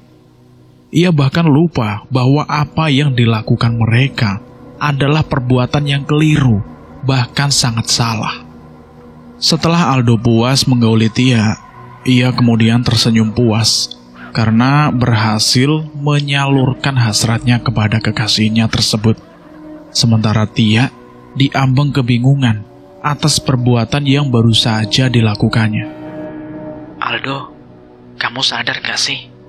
Kenapa sayang? Kita sudah ngelakuin kesalahan besar, Aldo. Kamu sadar gak sih? Kesalahan apa? Kita mau sama mau loh. Bukan perihal mau sama mau, tapi kita sudah berbuat zina di tempat yang tidak semestinya. Zina aja sudah salah, apalagi kita melakukannya di gunung. Yang penting, gak ada yang tahu kalau kita berbuat demikian, bukan? Bukan masalah ada yang tahu atau tidak. Masalahnya, kalau nanti aku hamil karena ini gimana? Tenang saja, Tia. Aku akan bertanggung jawab. Bagaimana dengan orang tuaku, kakakku? Mereka semua pasti akan marah. Kita bisa nikah. Tapi gak semudah itu, Aldo. Sudahlah, semuanya sudah terjadi. Kita gak perlu berdebat lagi. Tapi, Dok, sudah, diam. Setelahnya, Tia pun merasa kesal dengan sikap Aldo. Ia merasa bahwa Aldo tidak ada sedikit pun rasa bersalah atas kesalahannya tersebut. Meskipun perbuatan ini dilakukan oleh keduanya, namun setidaknya ada rasa penyesalan yang terlintas di kepala Aldo. Namun rasa penyesalan itu hanya dirasakan oleh Tia semata. Aldo bersikap biasa-biasa saja. Ia malah marah saat Tia terus menanyakan tentang nasib mereka di masa mendatang. Sepertinya alam murka terhadap perbuatan yang dilakukan oleh Aldo dan Tia. Saat amarah Tia memuncak dan ia memilih untuk keluar dari tenda dan meninggalkan Aldo, tiba-tiba petir besar terdengar. Setelahnya, hujan badai pun turun tanpa permisi. Langit saat itu mendadak redup, tak ada satupun bintang ataupun bulan yang terlihat. Angin pun berhembus begitu kencang, hingga menggoyahkan tenda kokoh yang sudah didirikan oleh Tia ataupun Aldo. Baru saja Tia keluar dari tenda, dan ia sudah disapa oleh alam yang sangat murka itu. Aldo mencoba memanggil Tia agar ia tidak keluar dari tenda. Ia bahkan mencoba menarik tangan Tia. Mau kemana kamu? Aku muak, aku mau turun. Berbahaya, Tia. Badai turun. Kalau kita kembali sekarang, aku tidak yakin kita akan selamat. Aku tidak peduli. Tapi aku peduli, Tia. Semuanya demi keselamatan kamu. Tia tidak mengindahkan perkataan Aldo. Ia memilih untuk tetap pergi meninggalkan Aldo, sebab ia sangat muak dengan Aldo. Jika ia terus menatap Aldo, ia akan terus-menerus mengingat hal pahit yang baru saja dilakukan olehnya bersama Aldo. Terlebih lagi jika mengingat tentang Aldo yang tidak memiliki rasa penyesalan sedikit pun, ia akan semakin muak. Tia pun berlari di tengah badai dan memilih untuk turun. Namun, malapetakannya adalah ia tak begitu paham jalur pendakian Ciremai ini. Sebab ini adalah pengalaman pertama bagi Tia naik ke Ciremai. Aku harus bisa. Aku harus berani. Tia terus menangis di bawah hujan lebat yang terus membasahi tubuhnya itu. Sementara itu, badai Ciremai tak kunjung berhenti. Kini Aldo dan Tia saling berpisah. Aldo sudah tidak melihat Tia di hadapannya. Aldo tidak mampu untuk menahan Tia, sebab Tia sangatlah keras kepala. Namun di sisi lain, itu pun tidak bisa mengejar Tia begitu saja. Karena ia belum mengemasi barang-barang bawaan dan juga tenda yang sudah didirikannya. Sementara ransel milik Tia pun masih tertinggal di dalam tenda. Aldo pun kemudian bergegas untuk mengemas barang-barang miliknya beserta tenda yang dibangunnya. Ia melakukan hal itu di bawah hujan badai yang tak kunjung selesai. Sesekali petir menyambar sangat dekat dengan pijakannya. Bahkan angin pun tanpa ragu menggoyangkan tenda miliknya. Namun Aldo terus mengemasi barang miliknya agar ia bisa mengejar Tia sebelum kekasihnya tersebut pergi terlalu jauh. Setelah Tia pergi, Aldo mulai berpikir dan perlahan menyadari kesalahan yang diperbuat olehnya. Apa perbuatanku terhadap Tia benar-benar sudah tidak termaafkan? Aku hanya ingin membuktikan kepadanya bahwa aku benar-benar menyayangi Tia dan tidak ingin lepas dari dekapannya. Apa itu salah? Saat ia berkata demikian, petir pun menyambar tepat di depan wajahnya hingga membuat Aldo kaget bukan kepalang. Petir seakan ingin menegur Aldo bahwa apa yang diperbuat olehnya adalah sesuatu yang keliru. Karena hal itulah, Aldo kemudian meninggalkan barang-barang miliknya dan tidak melanjutkan membongkar tendanya. Ia lebih memilih untuk mengejar Tia, sebab ia sadar bahwa Tia tidak tahu jalan untuk turun. Ia khawatir jika Tia tersesat ataupun jatuh saat perjalanan turun ke bawah. Di sisi lain, Tia terus menggerutu. Ia terus menyalahkan dirinya sendiri.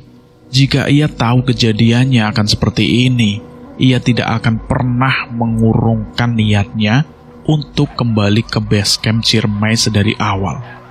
Padahal, ia 2 kali mengajak Aldo untuk kembali turun. Namun, lagi dan lagi, ia terus terbuai dengan ucapan manis kekasihnya tersebut. Kini yang tersisa hanyalah penyesalan yang ia sendiri pun tidak tahu. Apakah penyesalan tersebut akan hilang ataupun mereda, ataupun bahkan penyesalan tersebut akan abadi bersama bayang-bayang kejadian kelam yang dialami mereka. Tia kini hanya berjalan menyusuri jalan setapak yang sangat licin. Sebab badai saat itu tak kunjung berhenti. Bahkan ia pun kerap kali terjatuh saat berjalan turun. Sebab jalan yang dipijaknya sangatlah licin dan tidak bersahabat.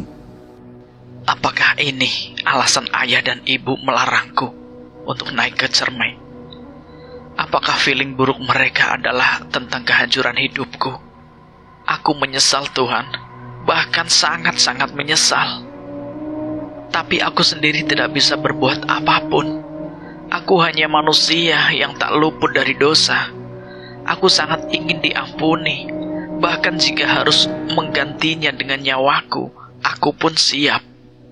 Di sisi lain, Aldo terus mengejar Tia. Ia bahkan berteriak layaknya orang gila untuk mencari Tia. Ia kehilangan kendali atas dirinya sendiri. Kini ia benar-benar sadar bahwa perbuatannya sangatlah keliru. Meski demikian, ia tidak ingin kejadian ini didengar oleh kedua orang tua Tia. Sebab hal tersebut tentu akan menjadi bumerang bagi hubungan Aldo bersama Tia. Aldo pun berpikir untuk membujuk Tia tenang semua hal termasuk tentang perbuatannya tersebut. Oleh sebab itu, Aldo pun mempercepat langkahnya agar segera bertemu dengan Tia. Ia tidak ingin persoalan ini berlarut-larut. Tia, kamu di mana, Tia? Aku tahu, aku salah. Ayo perbaiki semuanya. Aldo terus berteriak memanggil nama Tia, namun tak kunjung ada jawaban dari Tia. Ia bahkan hampir putus asa. Apa ada hal buruk yang terjadi pada Tia? Namun ia terus menepis prasangka buruk itu. Ia tidak ingin berpikir bahwa kekasihnya tersebut celaka. Ia terus berusaha berpikir hal baik tentang kekasihnya. Di sisi lain, Tia merasa bahwa jalan yang dipilihnya adalah jalan yang keliru. Sebab semakin lama ia berjalan, semakin aneh. Juga jalan setapak yang dipijaknya itu juga semakin aneh. Ilalang semakin lebat, tumbuhan dan tanah bekas pijakan manusia pun tidak terlihat lagi. Semua jalan berubah menjadi hamparan rumput dan ilalang yang seakan-akan menyatu menjadi satu. Sepertinya aku memilih jalan yang salah. Tia pun berpikir untuk berbalik arah dan kembali ke jalan semula. Namun karena ia sangat lelah, ia pun kemudian memutuskan untuk beristirahat sejenak di pohon besar yang ada di sana. Tangisannya belum juga reda meskipun tidak sehisteris sebelumnya. Ia bahkan terus menyalahkan dirinya sendiri dan hubungannya yang tidak sehat bersama Aldo. Tia bahkan berjanji jika ia berhasil selamat, ia akan bersujud memohon maaf kepada kedua orang tuanya karena telah membangkang ucapan ayah dan ibunya. Namun, ia juga berpikir jika ia tak selamat, maka ia akan menjadi Tia yang mati dengan dosa yang tak terampuni. Di sisi lain, Aldo pun hampir putus asa dalam mencari Tia karena tak kunjung ketemu. Akhirnya dia pun memutuskan untuk beristirahat juga sama seperti Tia. Namun karena badai tak kunjung reda, akhirnya Aldo pun hanya bisa beristirahat di bawah derasnya hujan malam yang sedari tadi terus membasahi tubuhnya. Tak jauh berbeda dengan Aldo, Tia pun hanya bisa beristirahat di bawah badai hingga rasa dingin pun tidak mampu lagi dihindarkan olehnya. Saat beristirahat, tubuh Tia pun menggigil seketika. Sebab dinginnya hujan saat di jalur pendakian nampaknya benar-benar tidak bersahabat bagi tubuh Tia yang cukup mungil. Kalau terus-menerus di sini, bisa jadi aku mati kedinginan tanpa ada satupun orang yang menemukanku. Tapi aku sendiri bingung bagaimana cara untuk kembali pulang. Sementara badai masih saja turun tanpa adanya tanda-tanda reda. Ada sedikit rasa penyesalan yang dirasakan oleh Tia. Bukan hanya karena perbuatan kelirunya bersama Aldo, namun juga sedikit penyesalan karena ia memilih untuk pergi meninggalkan Aldo seorang diri. Meskipun ada amarah besar di benaknya, namun tidak seharusnya ia pergi begitu saja seorang diri. Karena tentu hal tersebut akan membahayakan dirinya sendiri, dan tentunya ia membuat kekasihnya sangat khawatir pastinya.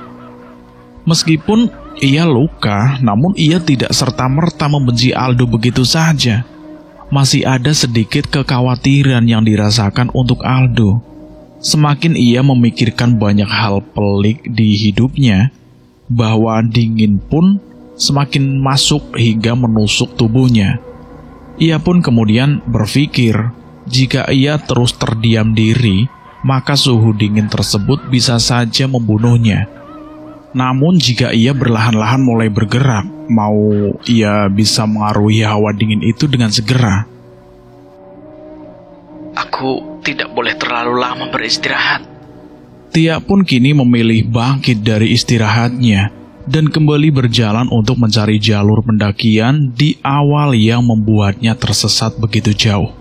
Ia terus berjalan menyusuri jalan dengan sangat hati-hati. Namun, ia merasa aneh dengan jalan yang dilewatinya. Ia terus berputar-putar di jalan yang sama, hingga hal tersebut membuatnya sangat kebingungan. Loh, kok jalan ini terus ya? Ini gimana ini? Tia melewati jalan yang sama sebanyak 3 kali. Ia pun kemudian berinisiatif untuk membuat tanda di pohon-pohon yang dilewatinya, dengan harapan ia tidak melewati jalan yang sama terus-menerus. Namun sayangnya, usahanya tidak membuahkan hasil. Ia masih saja bertemu dengan jalan yang sudah diberinya tanda. Hal tersebut pun membuatnya sedikit pesimis dengan keadaan. Kenapa begini? Kenapa begini?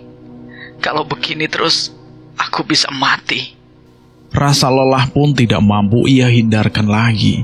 Hingga di saat ia sedang berjalan, ia merasa ada seseorang yang mengikutinya dari arah belakang. Namun tiap kali ia menengok ke arah belakang, tidak ada siapapun yang berada di belakangnya. Hal tersebut semakin membuat Tia tidak mampu lagi berpikir dengan jernih. Tia pun kini memutuskan untuk mempercepat langkahnya Bahkan ia sampai berlari untuk menghindar dari sosok yang mengikutinya tersebut. Meskipun itu baru perasaan semata, namun ia merasa bahwa ada sosok yang benar-benar memperhatikannya dari arah belakang. Tolong, jangan ganggu saya. Jangan ganggu saya, tolong. Tia terus berlari, padahal saat itu ia belum melihat sosok siapapun di dekatnya. Namun perasaannya itu terus meyakini bahwa ada sosok yang sedang mengikutinya dan terus memperhatikannya. Hal tersebut pun membuat konsentrasi Tia kacau, sehingga ia pun tidak berhati-hati dalam mengambil langkah. Saat Tia sedang berlari, tiba-tiba ia dikejutkan oleh sosok perempuan tinggi besar dengan wajah kacaunya dan penuh amarah berada persis di hadapannya. Tia pun syok dan dia pun terpleset hingga terjatuh di atas tanah. Ia melihat tatapan marah sosok perempuan tinggi besar itu di hadapannya. Ia pun mencoba bangkit kembali, mencoba kembali berlari. Namun sayang, hal naas tidak mampu ia elak lagi. Tia terpleset lagi dan terjatuh ke dalam jurang yang sangat dalam. Teriakannya menggema hingga didengar oleh banyak pendaki lain. Meskipun kondisinya saat itu masih badai besar, Tia pun terguling hingga ke dasar jurang dan ia tak sadarkan diri. Sesaat setelah sosok menakutkan itu pun hilang, nasib buruk pun membersamai perjalanan Tia. Darah berceceran di tubuh Tia. Luka lebam dan luka-luka lainnya pun menempel erat di tubuh Tia akibat benturan keras yang tidak mampu dielakkan olehnya. Kini takdir berkata bahwa Tia tidak baik-baik saja. Pendaki lain yang saat itu berada tak jauh dari tempat Tia tersesat itu pun mendengar jeritan Tia. Mereka pun berinisiatif untuk mencari sumber suara tersebut. Dan saat itu, seketika saja badai besar itu reda. Pendaki tersebut merupakan para pendaki yang sedang turun dari arah puncak menuju base camp. Mereka sempat beristirahat saat badai dan dikagetkan suara jeritan Tia. Pendaki tersebut hanya berjumlah 2 orang, namun mereka yakin bahwa telah terjadi hal buruk di dekat mereka. Itulah sebabnya mereka tidak bersikap acuh tak acuh dan lebih memilih untuk mencari sumber jeritan tersebut. Setelah menyusuri jalan yang begitu dalam, dan ketika mereka melihat banyaknya tanda yang menempel di batang-batang pohon, mereka pun semakin yakin bahwa ada sesuatu terjadi di dekat mereka. Saat itu kebetulan Tia mengenakan jaket berwarna merah muda. Karena warna pakaian tersebutlah kedua pendaki melihat sosok Tia dari dasar jurang. Ada orang terjatuh tuh. Tuh lihat tuh. Itu orang itu. Ayo, kita selamatkan dia. Siapa tahu dia masih bernafas. Tapi kita tidak mungkinlah menuruni jurang ini karena terlalu curam.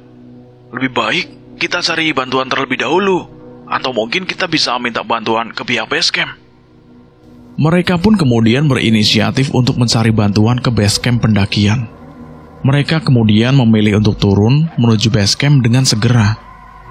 Di sisi lain, Aldo yang sedari tadi mencari Tia dan tak kunjung ketemu, melihat 2 orang pendaki yang terlihat begitu gusar. Kenapa bang? Ini bang, di bawah sana ada seorang perempuan yang jatuh ke dasar jurang. Saat mendengarnya, jantung Aldo langsung berdegup sangat kencang. Bahkan kakinya pun gemeteran. Ia langsung teringat dengan Tia. Apakah sosok yang dimaksud oleh kedua pendaki tersebut adalah Tia atau pendaki lain? Aldo pun mencoba untuk melirik ke arah dasar jurang. Betapa kagetnya Aldo saat melihat orang yang jatuh ke dasar jurang tersebut mengenakan jaket yang sangat mirip dengan Tia. Saat itu juga Aldo mulai berpikir bahwa sosok yang terjatuh ke jurang adalah Tia, kekasihnya sendiri. Bang, Itu pacar saya, Bang. Tolong bantu selamatkan dia, Bang. Aldo pun nekat ingin turun ke dalam jurang. Namun keinginannya tersebut berhasil ditahan oleh kedua pendaki. Kedua pendaki tersebut mencegah Aldo untuk turun karena sangat berbahaya. Mereka khawatir Aldo akan celaka jika nekat turun ke dasar jurang itu. Jangan, Bang, itu bahaya. Itu terlalu curam, Bang. Tapi saya harus menyelamatkan pacar saya, Bang. Saya tahu, Bang, tapi jurang itu terlalu curam. Jika Abang nekat ke sana, nanti Abang malah ikut terjatuh dan tidak selamat, Bang. Tapi itu pacar saya, Bang. Lebih baik kita cari bantuan base camp saja, supaya semuanya lebih safety. Kita jangan sampai bertindak bodoh lah. Aldo pun hanya bisa menangis dan terus menangis. Ia terus menyalahkan dirinya sendiri atas kecelakaan yang menimpa kekasihnya, yaitu Tia. Ia berpikir, andai saja ia tidak melakukan tindakan bodoh dan membiarkan Tia pergi seorang diri, tentu hal ini tidak akan terjadi. Atau andai saja Aldo dan Tia patuh dengan apa yang diucapkan oleh ayah dan ibu Tia, tentu Tia akan tetap baik-baik saja. Sekarang nasi sudah menjadi bubur. Aldo sendiri bingung apa yang harus dilakukannya dan apa yang harus disampaikannya kepada orang tua Tia. Tentu semua orang akan menyalahkan dirinya dan tidak ada satupun orang yang akan berpihak padanya. Aldo pun masih berpikir bahwa Tia akan selamat, meskipun jurang tempatnya terjatuh sangatlah dalam dan curam. Namun Aldo tetap berharap akan ada keajaiban untuk Tia. Aldo pun berjanji akan memperbaiki segalanya. Ia akan bertanggung jawab dengan hidup Tia dan dia tidak akan lagi berbuat hal bodoh kepada Tia. Tia, maafkan aku. Aku memang bodoh. Sudahlah, Bang. Lebih baik kita sekarang cari bantuan saja. Aldo pun kemudian bergegas untuk turun mencari bala bantuan dari ranger yang ada di base camp sebelum semuanya terlambat. Ia masih sangat-sangat yakin kalau Tia akan selamat dan ia akan kembali lagi bersama Tia. Kedua pendaki lain yang menemukan Tia pun ikut turun bersama Aldo untuk mencari bantuan. Dalam posisi ini, Aldo benar-benar tidak bisa berpikir dengan jernih. Bahkan ia menuruni gunung dengan sedikit berlari hingga beberapa kali ia terpleset. Tangis pun tak kunjung reda dari pelupuk mata Aldo. Aku harus menyelamatkan Tia.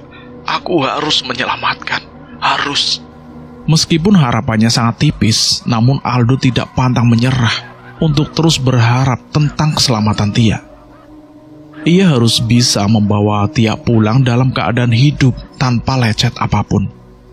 Ia tidak ingin mengecewakan ayah dan ibu Tia, serta keluarga yang lain. Saat sedang menuruni gunung, ia pun tak sengaja mendengar suara dengungan tepat di telinga Aldo. Suara itu berbisik kepada Aldo. Semuanya sudah terlambat. Suara itu berbisik lirih tepat di telinga Aldo.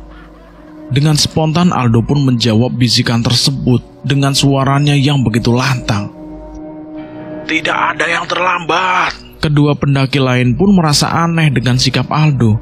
Mereka pun kemudian menanyakannya kepada Aldo. Bang, kenapa bang? Kok teriak begitu? Bukan apa-apa. Saat itu juga, Aldo sadar bahwa bisikan tersebut berasal dari hal-hal yang tak masuk akal. Aldo kemudian berusaha sekuat mungkin untuk tidak mengindahkan suara-suara lainnya. Jika seketika saja mereka menghampiri Aldo dengan membisikkan kalimat-kalimat yang tidak semestinya. Rasa khawatir tidak mampu lagi ditutupi oleh Aldo. Di sepanjang jalan ia terus memanggil nama Tia dan memintanya untuk bertahan demi dirinya. Tia, aku mohon, bertahanlah Tia, bertahan. Berdoa saja bang, berdoa. Siapa tahu ada keajaiban, Aldo pun mulai berusaha untuk mengontrol emosinya tersebut. Saat ini fokusnya adalah turun meminta bantuan dan kembali naik ke atas untuk menolong Tia yang saat ini masih terbujur di bawah jurang jalur pendakian. Abang harus bisa terima semua hal tentang kekasih abang ini. Selamat atau tidak, yang penting kita sudah usahain yang terbaik untuknya, Bang. Tapi dia harus selamat, Bang. Dia harus selamat, harus. Segala kemungkinan bisa saja terjadi, Bang. Dan itu bisa jadi kemungkinan baik atau bahkan kemungkinan buruk, Bang. Tapi tidak dengan Tia kekasih saya, Bang. Dia kekasih saya, Bang. Dia akan baik-baik saja. Para pendaki itu pun hanya bisa terdiam setelahnya. Mereka tidak ingin terus berdebat tentang hal yang belum pasti. Terlebih lagi Aldo masih sangat terpukul dengan jatuhnya kekasihnya tersebut ke dalam jurang. Saat ini satu-satunya hal yang harus diprioritaskan adalah mencari bantuan untuk menyelamatkan Tia. Meskipun kedua pendaki ini tidak mengenal secara langsung sosok Tia ataupun Aldo. Namun demi rasa kemanusiaan, mereka pun bersedia turut serta untuk mencari bantuan hingga ke base camp. Meskipun harus bersusah payah, akhirnya mereka bertiga pun berhasil sampai di base camp. Tanpa mengulur waktu lagi, Aldo pun bergegas untuk mencari penanggung jawab pendakian Ciremai ini. Ia bahkan meminta tolong kepada semua orang yang ditemuinya untuk turut serta membantu dalam mengevakuasi Tia. Aldo pun menghampiri para ranger dan bergegas untuk meminta tolong kepada mereka semua. Bang, tolong bantu saya, Bang. Tolong bantu saya. Bicara yang jelas, Mas. Ada apa, Mas? Tia terjatuh di jurang, Bang. Kita harus segera menyelamatkan dia. Para ranger pun meminta kepada Aldo untuk menceritakan kronologi kejadiannya, agar mereka bisa melakukan tindakan pertolongan dengan benar, tanpa membahayakan korban ataupun tim penyelamat. Aldo pun hanya mampu menceritakan detail kejadian sebelum Tia ditemukan terjatuh di jurang itu yang begitu curam. Ia bercerita sedari pertikaian dengan Tia. Kemudian Tia pergi seorang diri di bawah badai besar, dan sejak itu mereka terpisah. Sementara kedua pendaki lain yang berhasil menemukan Tia pun memberikan tambahan informasi tentang ciri-ciri dan posisi Tia yang terbujur di bawah jurang. Setelah mendapatkan informasi dari Aldo dan juga kedua pendaki, para ranger yang berjumlah 4 orang tersebut pun kemudian bersiap-siap untuk terjun langsung ke jalur pendakian. Tak lupa sebelumnya, mereka lebih dulu menyiapkan semua perlengkapan yang bisa membantu mereka dalam proses evakuasi Tia. Setelah semuanya siap, mereka pun kemudian bergegas untuk menyelamatkan Tia. Harapan mereka pun sama seperti harapan Aldo, yaitu berharap Tia masih bisa diselamatkan dalam keadaan hidup. Meskipun harapan tersebut sangatlah kecil. Kalian akan ikut bersama kami atau tinggal di base camp? Kami ikut saja, Bang. Karena saya ingin membantu. Baiklah. Yang terpenting, kalian harus tetap fokus. Kalau memang capek, bilang. Kita bisa istirahat dulu lah. Iya, Bang, siap. Mereka berjumlah 7. Kemudian mulai perjalanan pendakian menuju titik di mana Tia terjatuh. Aldo berjalan paling depan untuk menunjukkan arah kepada para ranger titik terjatuhnya Tia. Pendakian ini tidak mudah, sebab jalur pendakian yang mereka lewati sangatlah licin pasca badai turun begitu lama. Sehingga hal tersebut pun cukup menyulitkan perjalanan mereka semua. Kita harus tetap hati-hati, sebab jalur pendakian yang kita lewati sangatlah licin. Mereka pun terus melanjutkan perjalanan tanpa henti. Perjalanan yang mereka tempuh tidaklah sebentar. Banyak keringat dan kekhawatiran yang mereka pertaruhkan.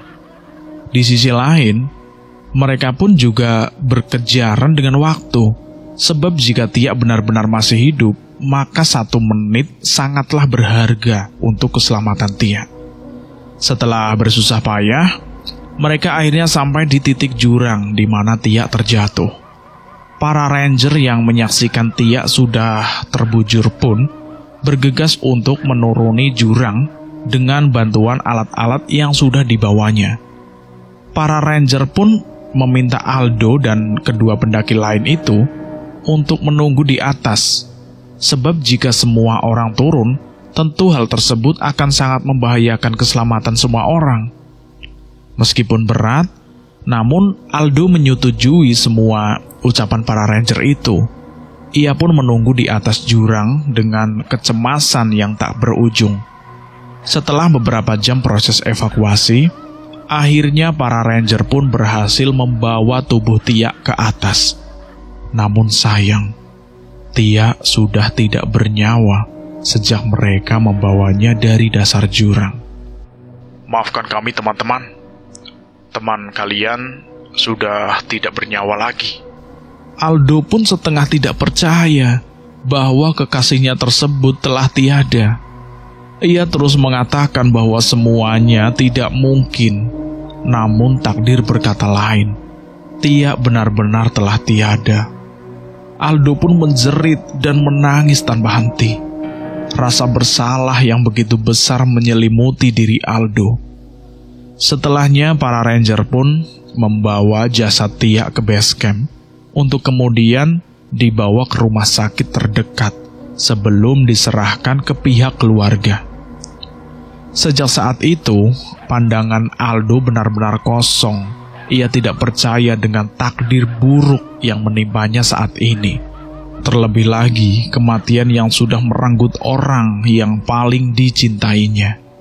Jika boleh memilih, ia ingin dirinya sajalah yang tewas, bukan kekasihnya yang tidak berdosa itu. Setelah itu, pihak Cirme pun menghubungi pihak keluarga Tia untuk meminta mereka datang. Betapa hancurnya kedua orang tua Tia beserta kakaknya. Kemarin Tia masih baik-baik saja. Namun, mengapa dalam waktu yang begitu cepat, Tia pergi begitu saja? Keluarga Tia pun terus-menerus menyalahkan Aldo, sebab tidak ada lagi orang lain yang bisa mereka salahkan selain Aldo. Aldo pun terus memohon ampunan kepada keluarga Tia atas segala kelalaian yang dilakukannya. Pasca dikebumikannya tubuh Tia, Aldo tidak mau beranjak dari liang lahat Tia.